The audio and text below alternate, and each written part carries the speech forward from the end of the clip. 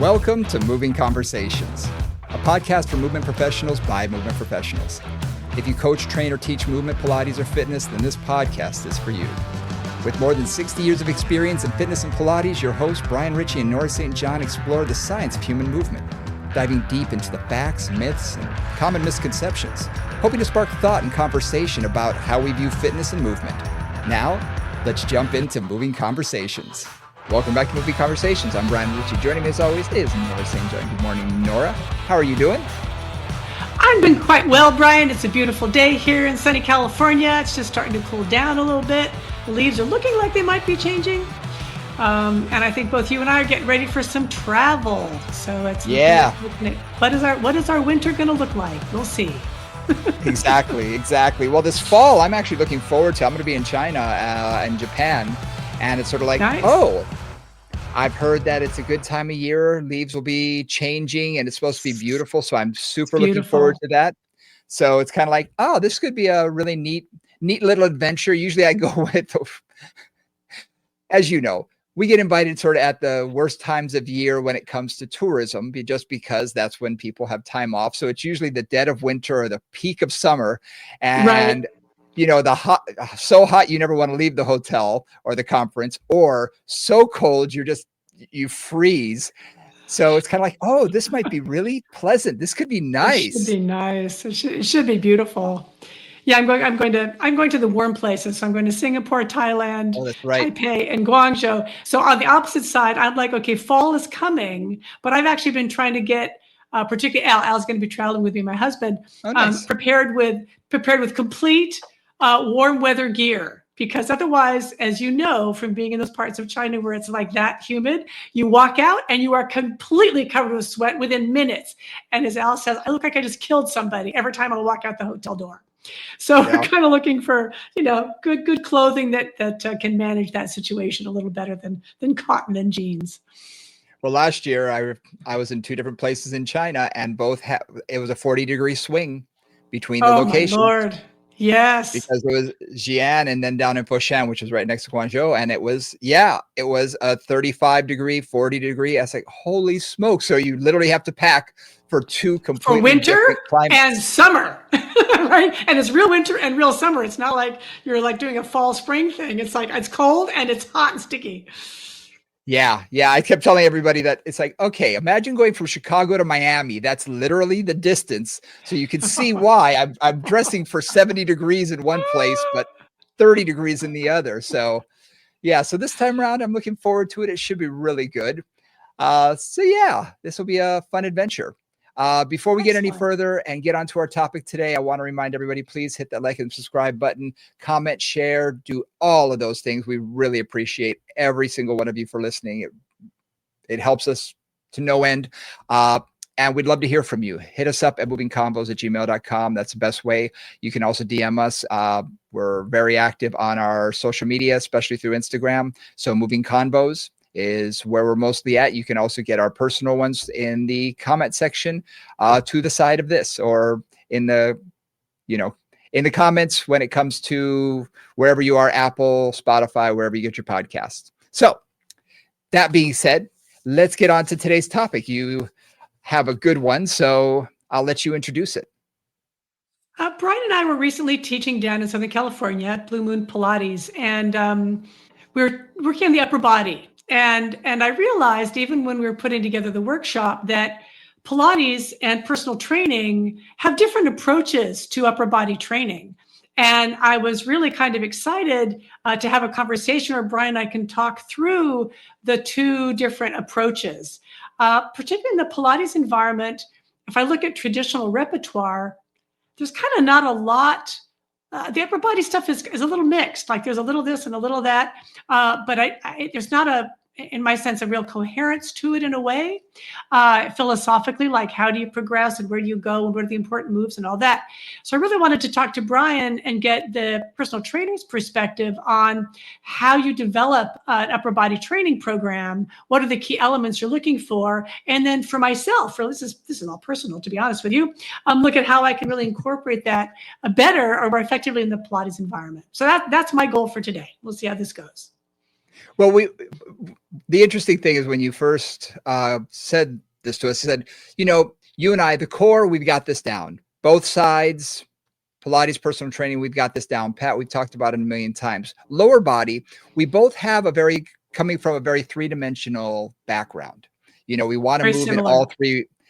all three dimensions. We want to be in all planes of motion. And that's really kind of how I view the upper body as well. I think I told you the way that I learned how to train the upper body was through movement. It wasn't through do chest, do triceps, do, biceps. It was more through movement and sort of, okay, what motion do you want to occur? And then figure out, okay, as you're doing that, let's say I want horizontal abduction of my shoulder. So basically like a chest press would be. I'm basically bringing my arm inward from the side inward. So it could be like a flying motion or a pressing motion. Both do the exact same thing when it comes to the shoulder joint. And so it's sort of like, okay, now how do I want to load this? Now, do I want to load it from gravity? Do I want to do sort of a body weight?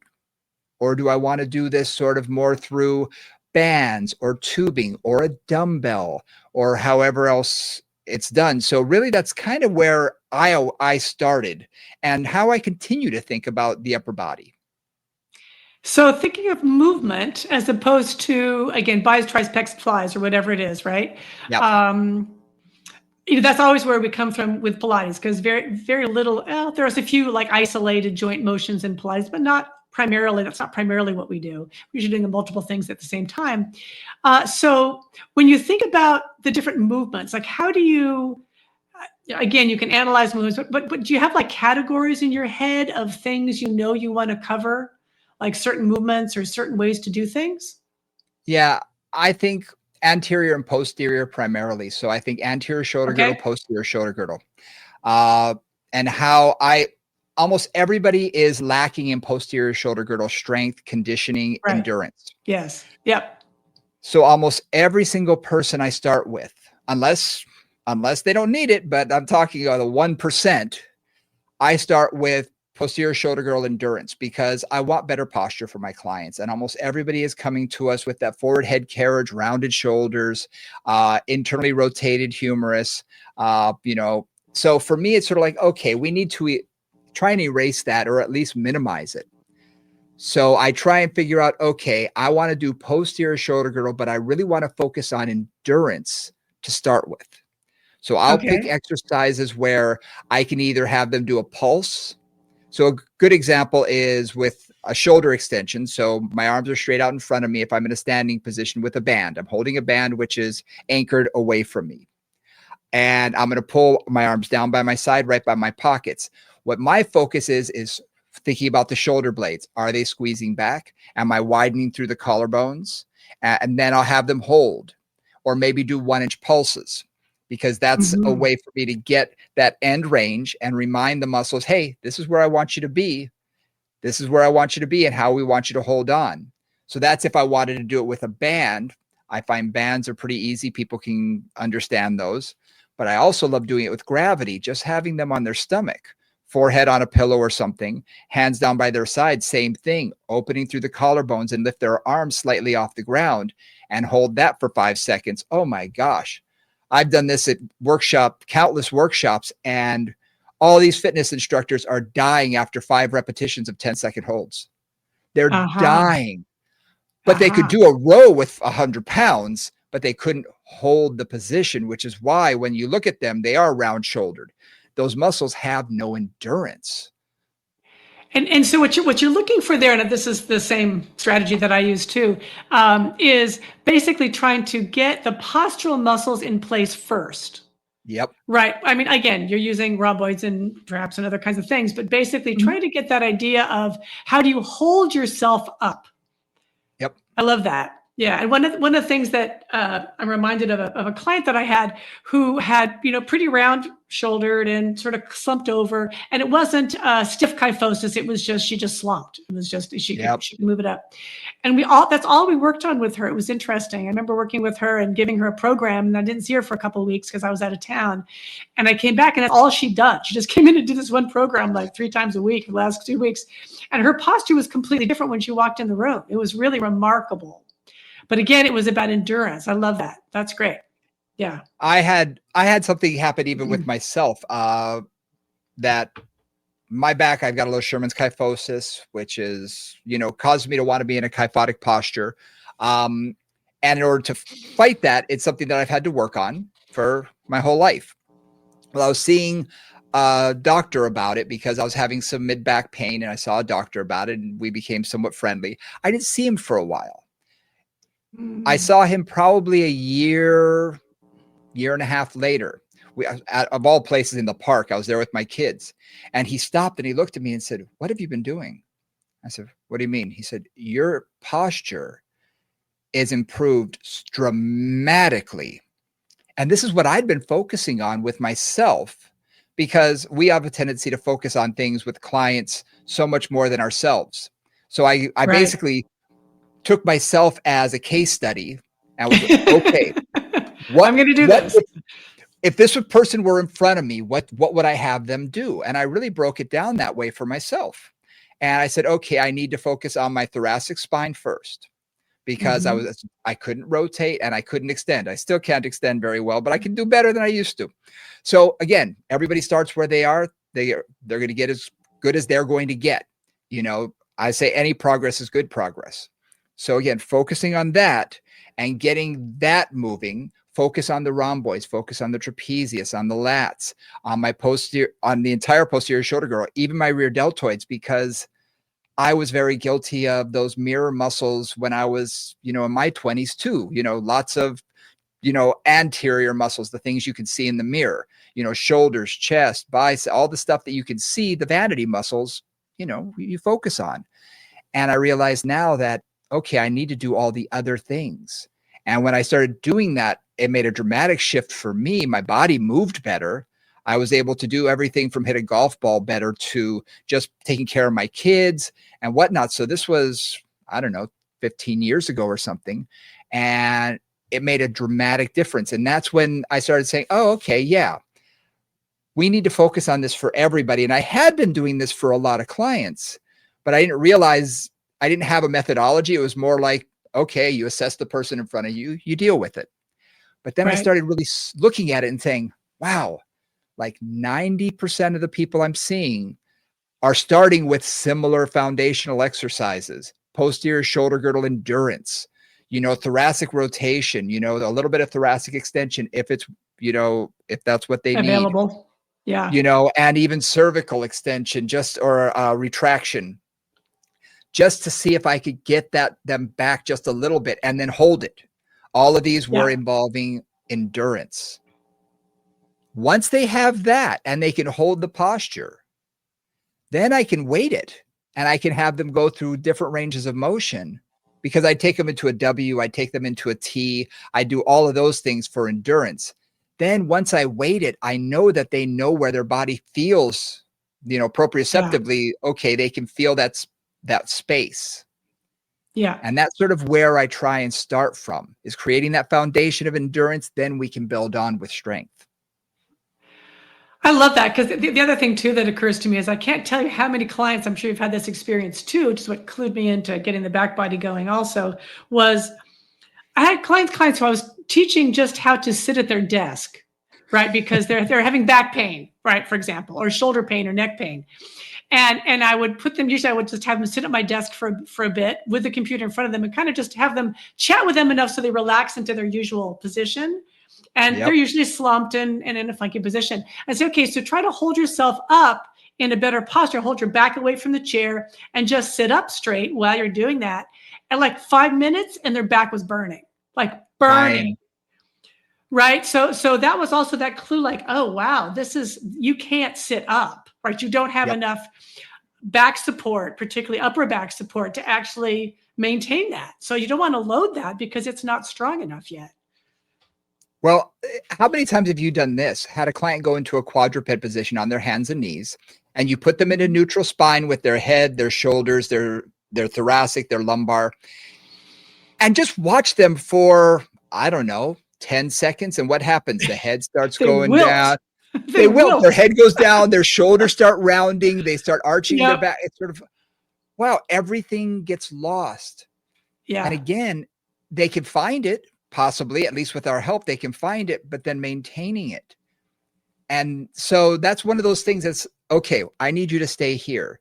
Just hold, just hold, just hold, and then relax, just hold and work. I start people at 5 seconds for 5 reps, then build all the way up to 10 reps. When they can do 10 reps, I flip it. 10-second holds, 5 reps, and then build up to 10-second hold, 10 reps. If they're doing 10-second hold, 10 reps, and in between reps literally is just come down, then right back up. It's just to give the muscle a little bit of a break, to get a little bit of oxygen, to get a little bit of a very brief moment of relaxation. Yeah. But then go right back into it. I like that because they also have to find it again. Yes. They have to find it, right? They Not have you to telling find them. They have to go, where was that? Oh, yeah. Yeah. Perfect. Precisely. So again, finding that. And then when I want to load it, if I'm having them do something like a row or a reverse fly, on their stomach over a bench, flying out into a T, I know that they can do it because their muscles have already learned, this is my position, this is where I need to be. And then I get them through that range of motion. And then I can focus on more mobility of the scapula. I can focus on where it wants to move because I've already taught it where it should be at rest. Because right now, most people's scapulas are not where they should be at rest for optimum performance or optimum posture. They're all funky. I mean, I just had a Pilates instructor in here earlier today, and one shoulder was definitely higher than the other. And I looked at them thinking, wow, but they can't see themselves. Right. And she's an instructor. She works on these things. And once I put her in position, oh, wow. You can see that she sort of corrected and said, oh, I had no idea. Okay. Yeah. You get it. Then hold. A good example of this is if I want to do something like a tricep extension, something that most people don't even think about, and I'll do a cable machine or something. Elbows, to my side, and I'm just extending my arm straight down to my side. But doing that, where are my shoulders? Where are my scapula? They should not be moving much. They should be at neutral. They should just be chilling out.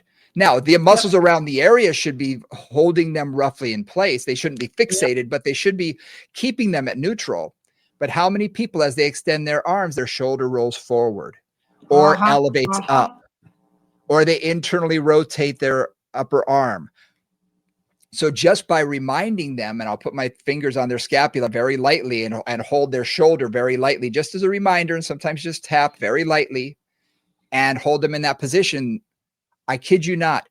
The other way they can do 10 reps, no problem. This on rep 2, it's burning, and not their back, their triceps. They say, oh my gosh, how come I can't do this way? It's like, let's take the weight down. It's getting their whole body in the right position, not just doing the move. So a couple ways, like I'm just thinking about what you're saying, and there's a bunch of exercises which I use for the same purposes in the Pilates environment, and one of them is just chest press, which again, that's a classic. It's basically shoulder extension where you bring the arms back, you got the springs or the resistance from in front, and one of the things that happens there too is that roll forward, right? The shoulders roll forward, especially if they go too far back. So that's always one of those cases of, okay, so adding a different piece to that, can you bring the arms back, keep the chest open, not roll those shoulders forward, which is usually some scapular retraction along with that. Right? I mean, you can come a little ways if you keep the scapula where they are, but you can come a lot farther if you let the scapula retract and then hold that. So same thing. It's a great place to do a little isometric hold or little pulses back there, keeping the chest open, keeping that work happening. And I love using the reformer for that exercise because the springs are different than bands. And I'm going to say, because bands, they have a tendency to be almost too light when their arms are extended. But then when you're taking it down by the side and pulling back, it's a little more uncomfortable. Whereas I can get them in a little bit different position on the reformer. And because the springs have a different, basically strength arc, as the resistance goes up, I can modify that very easily on the reformer. That gives me greater. Oftentimes I prefer the bands because they have greater range of motion and things. In this instance, I love the springs on the reformer just because I can keep that range of motion a little tighter. and get a good Right. dynamic strength. And good range in terms of resistance through a smaller arm. Yeah, Yeah. Yeah. exactly. The other thing too, and you mentioned this in terms of doing W's and things prone. Um, the couple places that I love this are pulling straps on the long box, Hmm. and also the chair work for like basically triceps press and scapular mobility and swan, that kind of thing. So anything where basically the upper body is cantilevered, right? The hips are balanced on something like the chair or whatever, but the upper body is off something, kind of has to Yep. support the whole back body. That's the other place that I work a lot on that endurance, because they've got to hold that position while they're doing whatever they're doing, whether it's a chest press or a scapular work or whatever they're doing. So it gives them that chance to, again, work endurance through that whole back line, Hmm. while they're doing something else. It's another place to play with that. I love that. Yeah. So after we built the endurance and I get them to feel where they need to be in space, that's when I will look and say, okay, what do they need? Because everybody has muscular imbalances. We're usually Yeah. we're a lot stronger in our front than our back in general. Most people are male, female. That's just the way we are. We have a tendency to be better Yeah. pushers than pullers. So Yeah. I will almost always do more in structuring a workout. I will start with the back body. I will start with posterior shoulder girdle. So we will do rows are probably my favorite exercise, and you can do them a multitude of ways. Everything Yeah. from dumbbells to kettlebells to tubing to bands to cables. And I use them all because I love variety, and I do believe that hitting the body in various ways is going to give it the greatest benefit. Mm-hmm. So one of my favorites is leaning over an inclined bench, two dumbbells in your hand, and just pull into a row. And a lot of people say, well, that's the same as doing a seated row with cables. It's not. Working with dumbbells against gravity feels different. Moving that weight through space is different than a fixed path of motion is with a cable. But I will do that one over the bench. And then maybe I will have them do a higher row using a wider bar or something on a cable. I will hit various angles because I want the muscles to get hit at various angles. Again, I want to train it in 3 dimensions. I want the elbows pinched to my side, arms out. I want the whole thing to be moving. Nice. Nice. So we've got like a lot of work for the back body. And then Mm-hmm. once you feel like that's sufficient, Mm-hmm. where do you tend to go next? What's your kind of, again, back body's key and fundamental. Mm-hmm. Then where do you go after that? Then I'll usually do anterior. Uh, and with anterior, I start with stability of the scapula in the anterior plane. I find that Yep. most people are very weak in their serratus anterior in general, pec minor as well, so they don't have great scapular stability. So a lot of times, and that silly machine that we used to use that called the pec deck, and they say, oh, it's great for your pec minor. Oh, that's all BS. Sorry, that's just personal pet peeve of mine. But I love to give people just a single arm band or tube press, standing position Mm. so their core is Mm. engaged. Let them press forward. And the reason I like this one is as they're pressing, I'll have them do a little bit of rotation at the beginning and end. So their scapula is actually moving the way it's supposed to, and I can help guide that. So that serratus anterior is actually getting some work, but at the same time, it's having to stabilize that band or that tube, again, in the standing position. So their arm might be wobbly, much like if they used a dumbbell, and it just gives them a nice range of motion. I find it's easier to do it there than putting a dumbbell in their hands, just because when you're lying on your back, first of all, lying on your back, you're really not supporting and stabilizing the rest of your body because the bench Mm-hmm. is, Yep. or the Yep. ball is, or whatever you're laying on. Yep.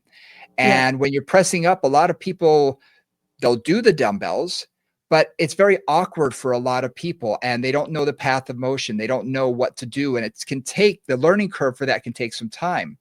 Whereas if I just say, okay, I want you to take your left foot forward, your right leg behind you a little bit, in your right hand, I'm going to have you push like you're doing a punch. Just push forward and come back.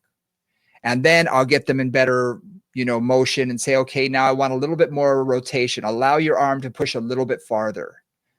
Good. Your shoulders are turning a little bit. Sometimes I'll have them use their chest as sort of like headlights sort of thing. I want you to turn, and have it arc across the room a little bit so that, you're going, instead of just staying straight ahead, there's a little bit of that rotation, because that's going to help thoracic rotation. Their shoulders are going to turn naturally. And we're also going to get that natural slide and glide of the scapula. So that's usually my next step would be, okay, anterior shoulder girdle, a pressing motion, often with a band or tube to start with. So a couple things when I'm thinking about that. One is, and this is just a question that I have. So in watching a lot of people do Pilates and basically do essentially a chest press of some variety, seated, there's serve a tray, there's a few different versions, but basically, seated, pushing the arms forward. One of the things that I've noticed a lot is that there on many people, particularly women, because that's mostly who I work with, but as soon as that arm comes forward, the scapula will protract around and often will come up a little bit as well. And so what I've been, and it's one of those things I go back and forth with, because for a lot of things, like let's say I'm doing a throw, I want to time the thoracic rotation and the scapular basically protraction to add the force forward. But I also want them to understand what scapular stability is. Yes. Right. So a lot of times with that, that's a situation because it's a very simple exercise, right? You're doing it with one arm, Pilates typically do with two, but basically pushing forward. Like, can you do that and not let that scapula let go? Can you keep that scapula back? That I find is a really interesting challenge for a lot of people. It is. And It is. And it's more of an awareness exercise. Like I don't necessarily want you to always be keeping that scapula stable when you're pushing something. Sometimes you do want to add the scapula moving as well. But it's just one of those things I play with. Like, okay, well, let's see if you can recognize where those scapula need to be and keep them there, or then you have the choice of moving them if you need to. This is where that exercise becomes an exercise, because for a lot of people, when I'm having them start out that first time, it's a fairly light resistance, medium tube. Usually I like the tube because it has a handle. But my first thing is, we've already done posterior shoulder girdle endurance. So they should fairly know where that scapula is in space a little bit, at least have it a little awareness. So now as they press, do they lose it? If they do, then it's like, okay, I got to focus on that a little bit more. And I might have them say, okay, I want your scapula to stay here. Let your arm glide without moving that for 5 or 6 reps. Right. Good. Now, can you hold that and continue the motion on your own? I might put my hand flat against there and just see if it moves and see if they do lose that. So again, you're assessing constantly. And for a lot of people, they can't control that. And if I find they can't, that's when I start going all the way back to the beginning. It's okay. We need to work a lot more on some scapular stability in the quadruped position, in plank, all of that. Planking is one of those things that not everybody assumes they can do it, and hardly anybody does it properly. Unfortunately, that's kind of what I see. And you lose the scapula. That's one of the things that happens first. So hopefully by this point, I've worked on them with that, at least against the wall. So maybe doing a wall push-up so that they can feel their scapula stay roughly in place. I don't mind a little bit of movement because that's natural. I never want them to feel like it's fixated, like it's staying in place, like they're squeezing it back the whole time. I want them to feel like it can move, but I want them to know where it's supposed to be in general. So I also want to just add to that. So when I think about a push-up, like if you go into a push-up, and again, I watched a million people who do good push-ups just to try to figure this out. Ideally, the scapula will retract at some point. Absolutely. If they don't, you're going to get a lot of stress in a lot of places. But the key there is, do they come right back to the starting position when they're done? Because I find that timing is all over the map. Some people have a lot of scapular mobility early. Some people, the scapula don't move till much later in the motion. And all of them can be perfectly functional push-ups. But some of them really require but some of them don't come back to the starting position. And they really just let the chest continue to sink, the scapula to wing, and they don't actually come back to that starting place of scapular stability. So that's what I really work on a lot with with push-ups. It's not that you're not letting the scapula come together, but when are they coming together, and can you control how they return? Yeah. So, or else do they drop yeah. into it, right? To me, it's about control. That's the word that Yes. I use with them, Yes. because Yeah. so often, as soon as they bend their elbows, and I hate to say this, Yeah. but for a lot of women, they've never been taught how to do a proper push-up. So as soon Absolutely. as they bend their Absolutely. elbows, they collapse through the scapula. They can't control Yep. it. Yep. So for some people, it may just be, I want you to just bend your elbows 5 degrees, but keep your shoulder blades in place. That may be a hard enough Yes. workout for them. And they're frying, Exactly. they're shaking after 5 seconds. That may be where we start. I don't know. But it Yeah. is timing, and it's true. Can they control it? Because you're right. Some people can come down and their scapula retract fairly early in the motion. But when they Right. come back, you see the same thing. Late in the motion, the scapula go right back to where they were, but it was under control. Exactly. Other, you know, and that's what I'm looking for. Is it under control, whether it moves early or late? Is it under control, and can they return to the starting position, that neutral position of their scapula? Yes or no. If they can't, then that's what we need to work on first. And even just having them, like you said, leaning up against the wall, holding that position, that Mhm. can work. I love Or then you start to take them into an incline, right? Then they're on exactly, the trap table, then they're on the reformer foot exactly, bar, or they're in a box, right? Slowly getting that balance going. Yeah. absolutely. And the reformer foot bar is probably my favorite to teach people to do push-ups on, It is a because great surface. I can I use adjust it all the that the time. whole place.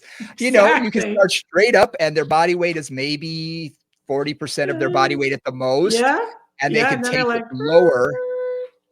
Exactly. It's a great way to initiate the movement, and yeah. you'll find, can they do it? Where do they lose control? Oh, that's too Yeah. low. Take it up 2 notches. Oh, here's what we Exactly. need to start. Yep. So when it comes to doing anterior shoulder girdle, I like movements like that. Now, that being said, I also will do, when I say three-dimensional, again, I'm looking at shoulder horizontal abduction and adduction. Okay. Okay, Yeah. I'm thinking about that arm moving toward and away from that midline. So I can do it with my arm at 90 degrees, at 40 degrees, at 45 degrees, down here by my side. I can do it anywhere along that arc, and Mm-hmm. I will train the entire arc. So I may have them, and this is one of my favorite things, is I like to do sort of a flying exercise, either with bands or with a cable machine. I will have them do standing chest flies. So they're standing Mm-hmm. forward. They have their arms are each have something in them, either a band, a tube, or cable, and they're pulling to the front of the body. Arms are slightly bent, and they open up their chest and then come back together. So they're doing a flying motion. Well, I will hit different angles, as many as I can. So I may Yeah. start the cable a little higher for my first set. Second set, drop that thing by 20 degrees. Do it again. Drop that thing by 20 degrees. Do it again. And then at the end, literally, they're doing almost front raise type of exercise, because their arms are almost straight down by their side. They're slightly out, but they're coming across the body. They're getting a lot more upper chest. They're getting a lot more anterior deltoid. So if you think about muscle, it's focusing on that. But for me, it's focusing on that entire range of motion, so they have strength no matter where they ask their arm to move in space. Right. Right. Yeah. Three-dimensional, right? Yes. And for me, the main place that I would work on that in the Pilates environment is actually either in standing on the trap table, right? So the standing arm work off Mm-hmm. the end of the Cadillac or the tower, Yep. which is really just like doing it with bands against something, only you've got spring resistance instead. Yep. That's an environment that I play with a lot, and will play with all those angles, because again, you can put the springs high, you can put the springs low, you can have the arms down, you can have the arms up, right? You've got every Yep. possible variation there. And I would encourage those Pilates teachers in the audience to get creative with all of that standing arm work at the tower, because the traditional repertoire, I think, is quite limited. And I think there's a Mm-hmm. lot of really great functional stuff you can do there to get that three-dimensional front and back body strength. What I love about the reformer, I love the unilateral stuff to do. I will have them either kneeling on the reformer facing sideways, if I want to do that flying Yeah, me motion, too. I love that. or Yep. sitting on the box, one of the two, doesn't matter to me, whatever they can do. But I love the kneeling because they have a lot more instability there. But then I Yeah. can give them a target with my hand. So the first one Yeah. may be straight in front of their chest, while the second one I can have in front of their nose. Third one can Right. be down in front of their belly button or down in Right. front of their thigh, and just change that up. And each time, again, I may change my hand position with each repetition, or I may say, first set is going to be all at this height, second set at this height, third set at this height. And you're getting a ton of core work. Again, that's sort of that indirect core, because you're not saying this is a core exercise, but heck, it is working a ton. Yeah. But they're also getting all of that range of motion in the anterior shoulder girdle, which is nice. Really nice. Really nice. And that's, again, that's where, get creative out there, people. I'm just saying, because life, especially in the upper body, does not come at us in very predictable ways. Like you think about the Yep. lower body, we walk, we move sagittally, we flex our and extend our hip and our knee and our ankle. Like that's what we do a lot of. And that's very repetitive and it's very relatively straightforward. If you're a runner, if you're a cyclist, those are repetitive motions. The upper body is doing all kinds of every range, every angle, resistance All the in time. multiple places all the time. I mean, I even just think about my clients who have dogs. Like one of my clients, like 4 dogs. So she walks 4 relatively large dogs every day. That's a challenge on her, and she's right armed, and she really has a hard time holding them all with her left arm, right? And it's just Yep. like that pull, right? She's getting that pull. So how do you control the shoulder blade, control the arm, not get stressed in the front, maintain a little bit of tension, right, through that bicep, because you've got to keep some control there. You're not just letting the arm get pulled, and that's just one thing, right? That's not lifting something into the overhead bin or brushing your hair or lifting your 2-year-old up and putting him in the car seat. But there's so many practical things that we do that really need every possible angle, every possible area of resistance. Yep. Absolutely. And something to think about. And I'm going to bring this up. This question for you. When it comes to something like an overhead press, that's a very common exercise in fitness, done usually very wrong by most people in general. I have heard from many, many, many physicians, do not let them push, do not let them put anything over their head, do not lift any weights over their head. Their hand should not go up because it causes neck strain, it causes low back strain, especially people with stenosis or neck injuries, whiplash, etc. And for those reasons, there are specific reasons, yes. For me, and I'll tell you my philosophy, I'm not a huge fan of an older person, and you and I fall in that category. I hate to say, anybody over the age of about 40, in my opinion, is a little bit, an overhead press directly overhead. There's not much functionality to it directly overhead. However, and for those of you watching on YouTube, I'm going to turn sideways. In front of the body, slightly in front, but overhead, is incredibly functional, because that is that overhead, putting your suitcase, which you and I travel. How heavy is your suitcase? It's got to be 25, 30 pounds. last time it was 35, and putting it overhead bin was like, I hope I don't drop this on somebody's head. It was a little, I felt awkward. I felt very awkward in that moment. Yeah.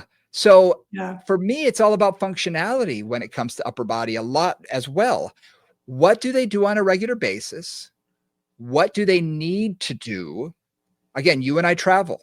So for me, putting something in the overhead, I can't tell you how many times I've had to help people put things in the overhead.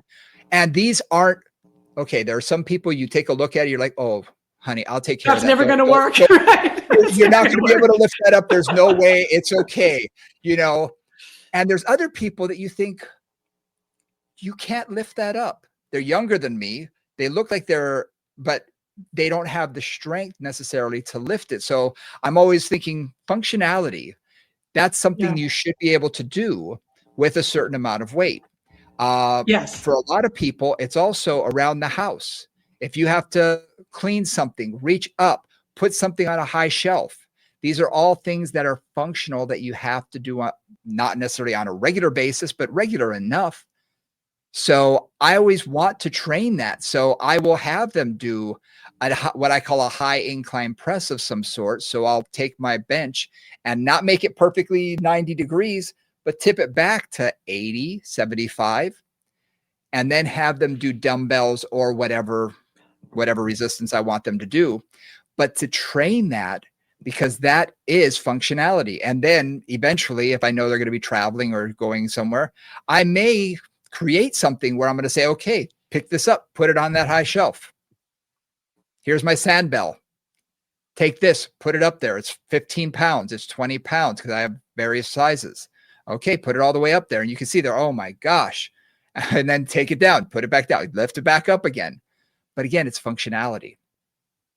And one thing I want to bring out there is, again, typically overhead press is done overhead, right? It just typically is. And one of the things that I play with, not just in that exercise, but in many exercises, is really keeping the arms in a range of motion that is more functional. So for example, rather than having the arms straight out to the side, like we do for abduction, right? Have them in what we call scaption, which is the 100%. Angle of the scapula. And the only way to do this is like, make sure you can still see your fingers in your peripheral vision.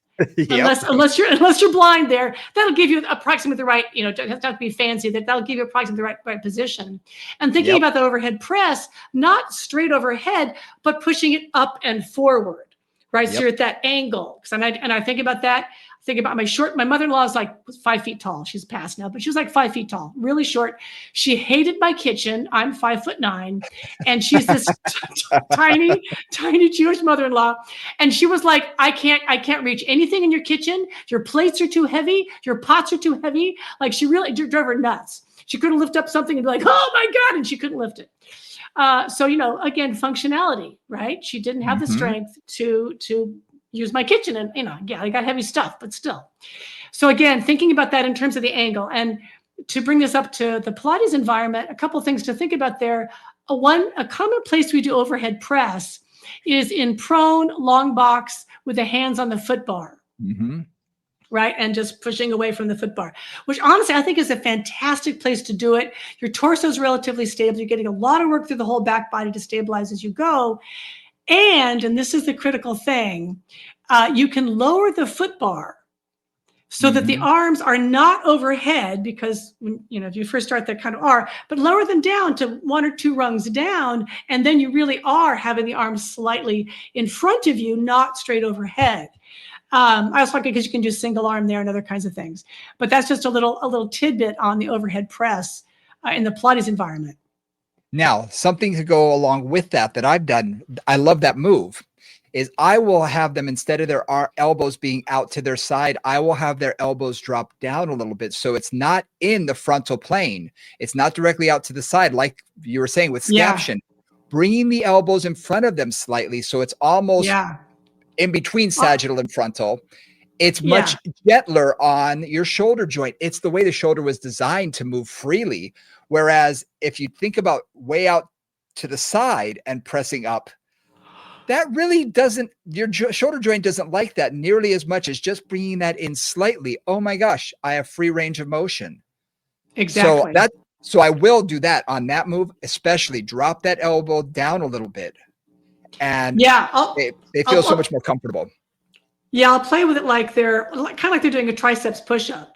Right. So the fingers are up and the elbows are down, and then they push back and forth from there. Again, even at that slight angle. And then I will also have them play with it with the elbows slightly out. So they're a little bit more in a chest press, like a pec stretch. And I'll have them play with both of those because it just gets a little different strength. But I never do it super wide there because it's just, that's a very vulnerable position on the shoulder, and it's not worth it to me. I don't want to cause trouble. I love that you just said those words, not worth it. I learned this a long, long time ago. If there's and this is what I was taught, if there's greater than a 5% chance of injury with an exercise, don't do it. Yeah. For me, I 5%, I say like 1%, because there are millions of exercises. Now, when I train my boys, okay, they've got great posture. I mean, amazing posture. I'm very proud of them. but amazing posture. Their scapulas move great. They can do overhead presses, but I keep their elbows slightly in front of their body and they do it and they are fine with it. Okay, their shoulders can handle it. Again, with most of my clients, they don't need to do that. So there's a risk, that risk reward. There's not enough reward for that risk because I can train their shoulders in up 10 million ways that I don't have to do that exercise and I can still get them strong. Unless they're a painter and they're painting overhead, or there's something where it's part of their job that they do regularly. Yeah. I don't need to train that with them. So again, I look at that risk reward. If there's any risk, find another exercise. I find that too many people they get obsessed with, I have to do this, and it just causes themselves an injury. Absolutely. I say that all the time. Yeah. Well, I think in Pilates land, especially for the younger instructors, they get stuck on the repertoire and a certain number of exercises, and they have to do all of these exercises with every person. I see that. It's like, no, you don't. Pick and choose. Not every exercise is applicable for every client. You pick and choose. If there's a risk, find something else, because there's tons of stuff you can do. Which, honestly, we should just end right there, because that's like,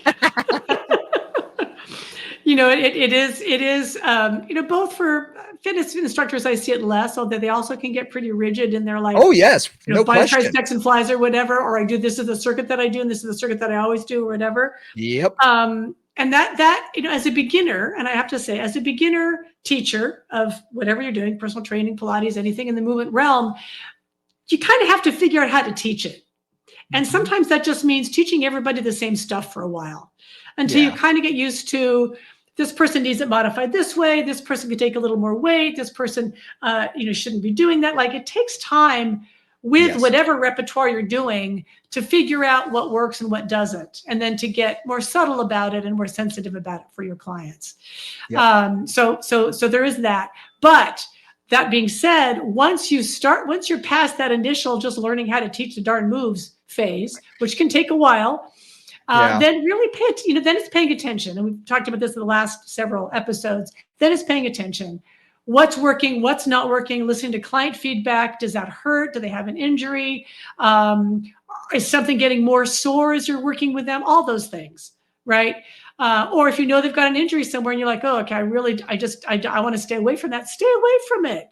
Don't work the shoulders this week. Don't work whatever you need to work, right? So thinking about that for sure. When in doubt, leave it out. I mean, really, that's what it comes down to. And truthfully, if a client tells you something doesn't feel good, my rule is this: 3 repetitions, because we deal with a lot of people with pain. So the first repetition may be waking something up in the muscle, or the joint may say, hey, I don't know about this. Second rep, you're oiling the joint. Okay. Third rep, oh, no problem, no pain. Okay, we're good to go. If it increases between number 2 and 3, stop. Yeah. Find something else. Or just step away. Maybe it's not, maybe I had a client today. It wasn't a good day for his knee. He walked in, he said, I don't know what I did to it. It's cranky. It's aggravated. And it has been for a little bit. And it was really talking to him today. So you know what? We worked on the hip. Then we did upper body, core, and everything else but the knee. It's like, avoid it. It'll heal. You've only got an hour. Yeah, exactly. I got plenty to do. You got plenty to do. Fill it up with something else. Focus on another body part for the day. It's never a problem. So getting a little back to the upper body. One other piece that I wanted to add here, and we kind of started right out with like the training component, but 2 pieces that we haven't spoken to a lot. One is the rotator cuff, just getting sort of glenohumeral congruency and endurance, which is a really key part of upper body training. And the other one is just scapula mobility and kind of how that works. And I think, you do some wonderful rotator cuff stuff. As in the workshop we're doing, I was really pleased and thrilled with what you're bringing out.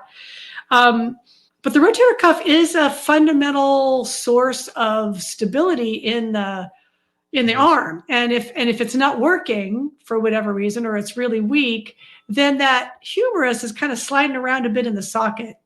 So I have to say, one of the things that I'll often play with too is just getting the the rotator cuff to work, making sure that the humerus is working in the socket and that is kind of organized. And if that's organized, then I can load it. If that's really sloppy in the joint, and it isn't always, but every now and then it is. If it's really sloppy in the joint or really weak, then if I load it, I'm just going to put stress. Because like the foundation isn't built. I just think of the rotator cuff as being one of the foundations of the shoulder. 100%. That's why W's and T's are things that I give almost immediately. The W position. Now, a lot of people want to go into more of a goal post where their arms are almost out at 90 degrees from their shoulders and their elbows are bent to 90 degrees. I say bring those elbows and tuck them into your ribs. So your hands really actually W. be, oh yeah, your hands will be right by your shoulders. Right. Because now as you lift up and you squeeze, you're going to get better scapular retraction, but also that rotator cuff is really in a little tighter position. And if they can't do that, that tells me right there, okay, we need to spend some time building some strength, building some mobility, because maybe the subscapularis is a little too tight and they can't even lift that arm off the ground. Maybe, or someone who has unbelievable range of motion in that position is, ooh, okay, you got a little bit of joint instability. We need to start focusing on what is proper range of motion instead of one of these huge ranges of motion. And then we got to sort of bring that down a little bit and tell the joint, here's where we can play. Here's where we can play safely. Let's stay here. Yeah, so let's find our limits. Exactly. But no, you're absolutely right. When building a foundation, we've said this, in many past podcasts, whenever we're starting with a new client, you're building a foundation first. If you just throw exercises at them, you're building a house on sand. You're not going to build any good foundation or functional strength. So we need to build that foundation. And the rotator cuff is the foundation, in my opinion. Scapular stability. So I want to make sure that they can feel where it is in place, how to get to that neutral. Can they hold it? Can they maintain some endurance? And do they have good rotator cuff integrity and endurance? I think you saw in the course, I was teaching 15, 20, 25, 30 reps. Yeah, I want exactly. lots of repetitions. I don't care about resistance. I care about reps. I want lots of reps. And again, I don't care if you have no resistance on it at all. I want that rotator cuff to be working, because it has to work absolutely all the time, anytime your arm is moving. Yep. It is in action, because it is that fundamental little adjuster that puts the humerus in the right position for the big muscles to do their job. And if that's not working, and if it can't keep doing it all the time, then it runs into trouble. Yeah. And that's what a lot of people are missing. So if they join a gym, they start lifting weights without really focusing on the foundation. A lot of times the bigger muscles on the outside start looking a little better. They start gaining a little bit of strength, but there's going to come a tipping point. Always. I see this happen all the time, especially as we get a little older, because our bodies aren't like they used to be. They don't heal as quickly as they did when they were 18, but there's a tipping point. And that's when we see rotator cuff injuries. We see tendonitis. We see bursitis. We see things that shouldn't be, because the joint really isn't working properly. So it's our job to get it that way. Exactly. A good friend of mine was a weightlifter, a bodybuilder, and went out to do some windsurfing. And, I knew what his program was, and I would give him grief about it, but whatever. Because I knew he wasn't really doing any rotator cuff stuff. He wasn't really doing any kind of fundamental work. He would do a lot of very superficial chest and presses and that kind of thing. And he went out to windsurf one day and dislocated his shoulder. Yeah. Not a very fun thing, because you're sitting in the water with a windsurfer and you got to dislocated shoulder. Oh. And it kind of she sort of popped it back into place. It kind of went back in. But it was interesting because, I'd been telling for years, you've got to do some rotator cuff. You've got to get some strength, because I would test his rotator cuff, and given how strong everything else was, it was not strong enough. Yeah. Given the weights that he could press and stuff. And it was just a classic. And he came back from that and he's like, okay, I've got to do my rotator cuff now. But that's what it took. He literally didn't have the inherent stability of the joint. The superficial was great. The inside wasn't working. So we did a lot of rotator cuff stuff, and it helped everything. Honestly, it really made him a much better weightlifter and much better person, and much less pain in all those areas. See, what you just described is what I do with a lot of clients. It's about eating your vegetables before you have your dessert. Right. You know what? I tell people, I say, you want, especially for my women who want better triceps. It's one of those things that after a certain Yes, point, they're I like, know. I need the tricep. We need to do triceps. And I say, I've got a cool, wedding coming up, right? bingo. Yes. I don't want to have bingo arms. Yes, all that. Exactly. Exactly. So I'll say, no problem. We'll get to that as long as we do all this stuff first. So Exactly. I've got these. When we're done with those, we can get to that. But if you take too long with these, we're never going to get to that. It makes them focus. So it motivates them to they know where they want to go, and they know they can't get there without doing these first. I love it. Exactly. Exactly. But it's getting them to eat their vegetables first. And when they do, they get stronger. Yes, I got a great exactly. example. I had a guy who was a power lifter, and he had been stuck at a weight for a long time and just couldn't. And there does come a point with most power lifters where they hit their max, and for whatever reason, they just don't go any further. But he really should have been able to go farther on his bench press. And I watched his form and I said, your shoulders are weak. Well, no, I'm not. I said, no, but they're weak inside. I said, inherently weak. Exactly. I said, Exactly. and I literally took him down to the bar only, pissed him Yeah. off. And we did a lot of rotator cuff, and we worked on motion. We worked on breaking it all the way back down. He exceeded his old goals within a year, and it took a long Yeah. time to retrain. Yes. But in a Yeah. year, he far exceeded where his maximum was because we got him stronger from the inside out. We worked Exactly. on the fundamentals, and we worked on the biomechanics of the joint to get him stronger. And then all of a sudden, oh my gosh, he said, I can't believe this worked, because he was so mad at me. And I said, either you trust me or you don't. Fine. Right. Your choice. And then he's I can't believe I'm doing this. And that this was my max weight. And it actually feels as though I can do more. I said, because you can. The muscle didn't go so strong. It's just we had to tweak how you're doing it. That's great. I love that. I love that story, because that is, I mean, that's the best kind of thing that we do, right? Like when we are at our best as trainers, we take somebody and we improve their mechanics and we improve their movement foundation so they can add load to it, add resistance to it, add running or whatever they're going to do to it, and succeed. Yep. Right. Without pain, without discomfort, and get better at what they do. Like that's what we do ideally. That's our best role. Yep. Exactly. Exactly. So basically that's how I focus on upper body strengthening. Endurance first, posterior shoulder girdle, strength and endurance. Endurance first, but then strength, then anterior shoulder girdle. I'll throw in biceps, triceps, shoulders, all of that kind of stuff, because that's what's expected. I hate to say, but in a gym environment, it's expected.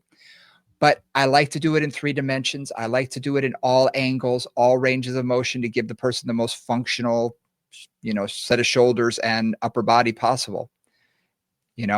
That's usually how I work it.